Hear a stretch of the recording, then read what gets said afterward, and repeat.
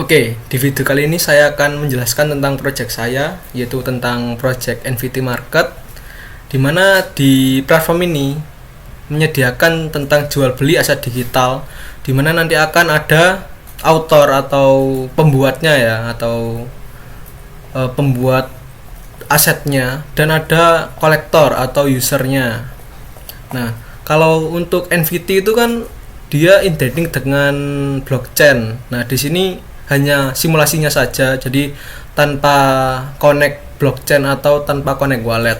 Akan masuk ke skenario pengguna. Di sini ada author, di mana author dapat melakukan minting atau upload karya menjadi NFT. Terus author itu bisa mengatur harganya, terus mengatur listingnya itu kapan ke pasar ya tentunya.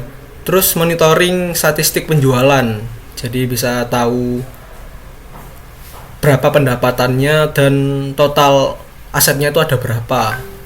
Terus di bagian customer bisa mencari berbagai macam NFT dari berbagai macam author.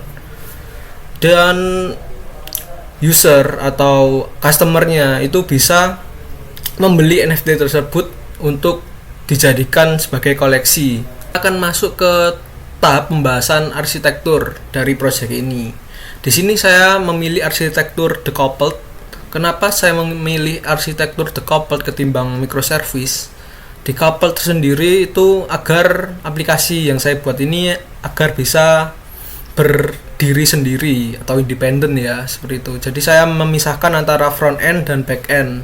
Jadi back end bisa fokus ke logiknya dan pengolahan data, dan front end fokus ke tampilan dan pengonsumsi datanya di front end. Oke, di sini saya backendnya menggunakan Django, menggunakan DRF ya. Terus front endnya saya menggunakan React. Oke, kita akan masuk ke section tentang penjelasan relation entity di project ini. Di sini saya menggunakan ada 4 entity, di mana ada user profile atau creator profile, dan ada NVT atau asetnya, dan ada transaction. Oke, kita akan menjelaskan mungkin lebih enaknya ke R&D-nya. Oke, di sini kita akan masuk ke dalam ini ya, penjelasan tentang ERD dari project ini.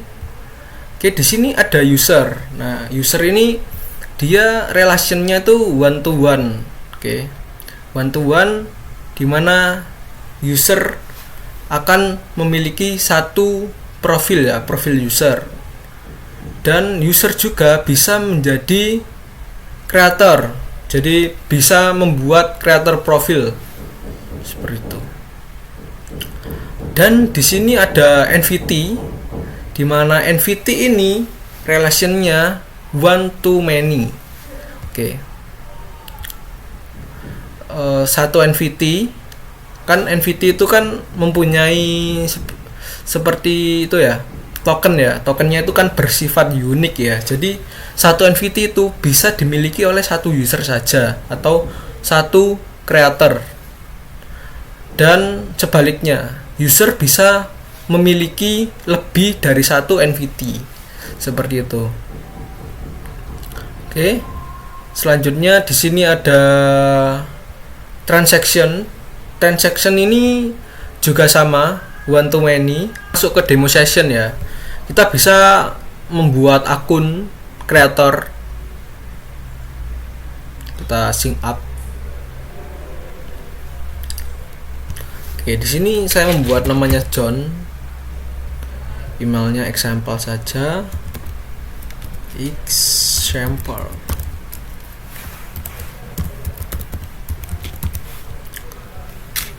Passwordnya juga bisa dimasukkan.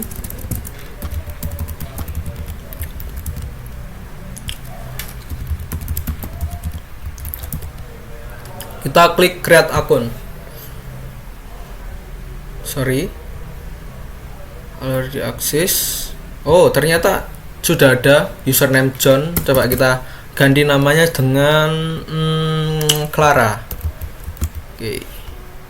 Create account.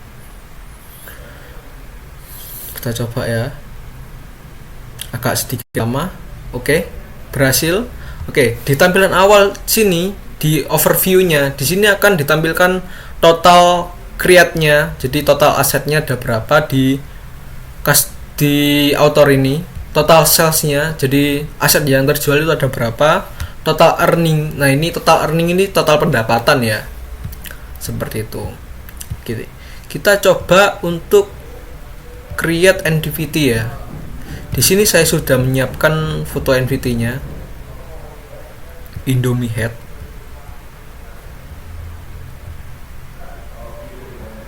Oke, seperti ini.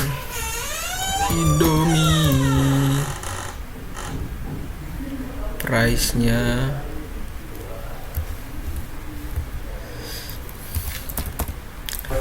nah, listingnya ini bisa kita pilih drive pre-listing. Pre-listing akan ada data dan date-nya, tanggalnya dan time waktunya ya. Di sini ada live listing. Nah, ini live listing ini jadi asetnya akan langsung listing ya, atau langsung ke publish ya. Jadi user bisa langsung beli asetnya. Kalau draft ini masih privat, jadi kalau di tampilan user akan muncul tetapi masih belum bisa dibeli. Oke.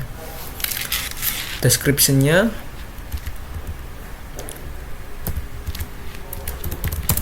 People Indomie. Coba kita create. Oke, langsung muncul ya. Ini muncul ya, Indomie namanya by Clara. Oke. Di sini kita tadi kan memilih statusnya draft. Jadi di sini nggak ada button untuk belinya. Jadi kita rubah dulu menjadi listing baru bisa dibeli. Seperti itu. Update item. Kita refresh.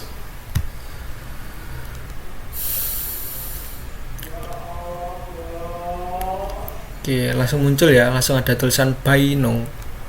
Oke. Kita kembali ke dashboard creator. Di sini ada profil, menampilkan biodata kreatornya.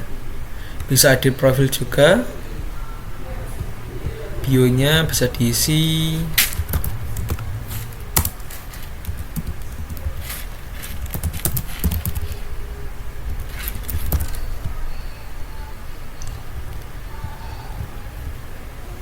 Save.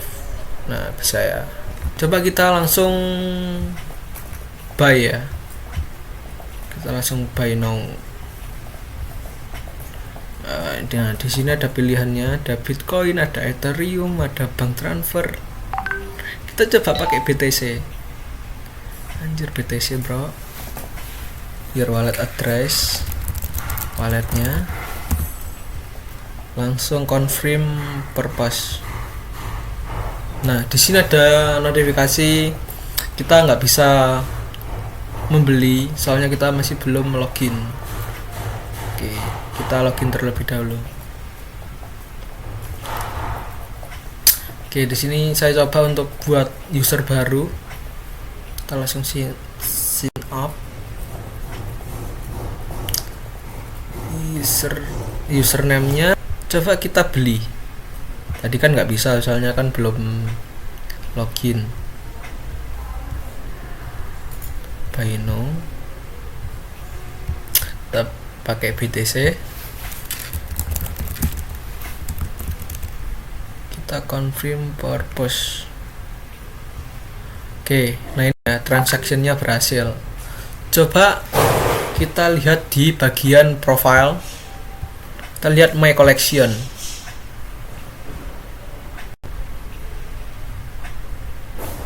Nah, di sini akan muncul ya collection kita. Kita klik.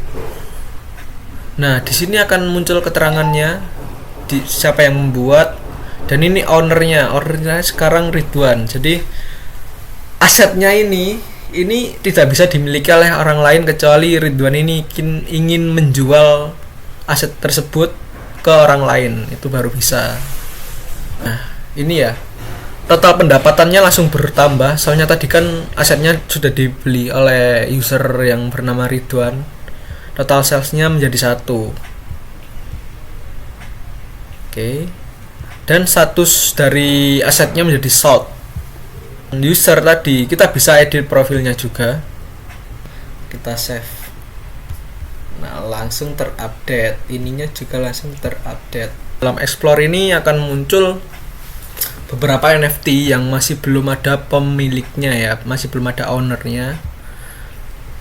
Akan muncul di sini, dan NFT yang sudah ada ownernya itu tidak akan muncul di bagian Explore ini, tetapi muncul di bagian Collection.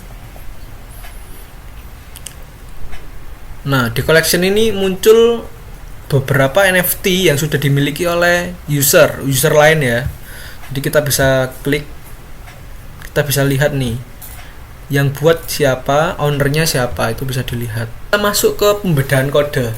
Di sini kita lihat di bagian kanan itu ada folder-foldernya. Di sini untuk market ini folder backend-nya. Di sini front end untuk creator dan untuk user.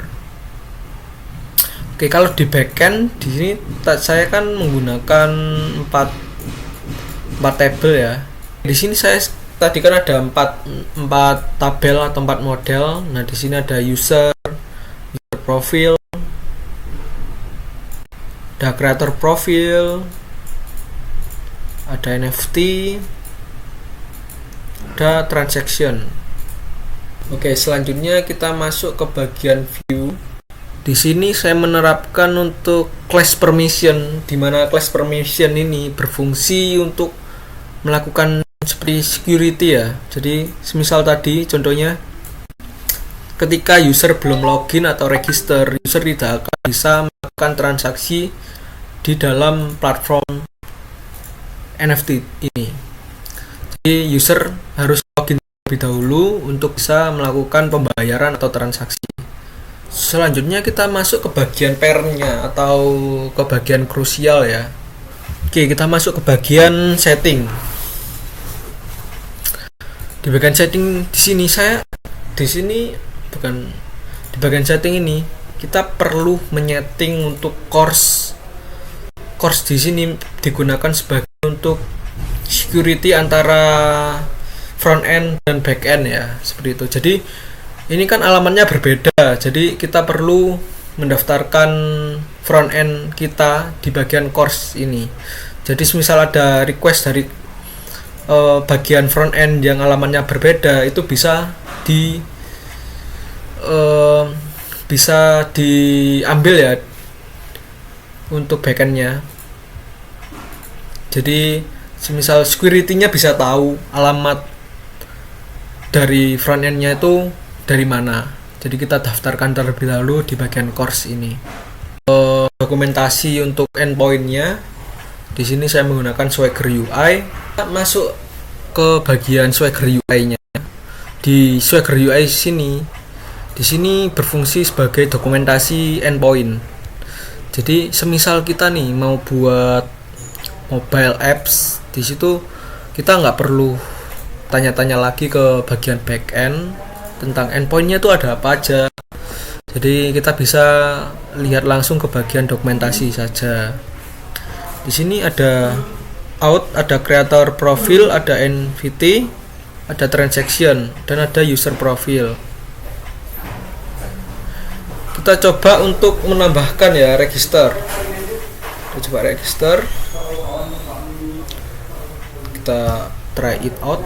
Kita di sini bisa langsung untuk manipulasi data, langsung bisa di bagian dokumentasi sini juga bisa. Kita coba menambahkan user baru bernama Galen. Kita user emailnya tetap example.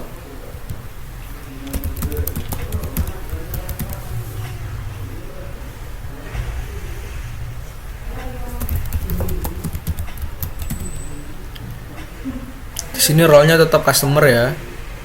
Langsung dapat kita execute.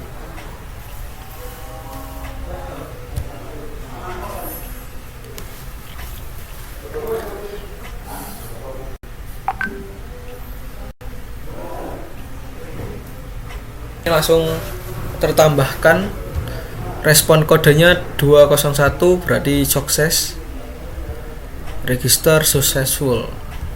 Jadi kita bisa melakukan manipulasi data dari bagian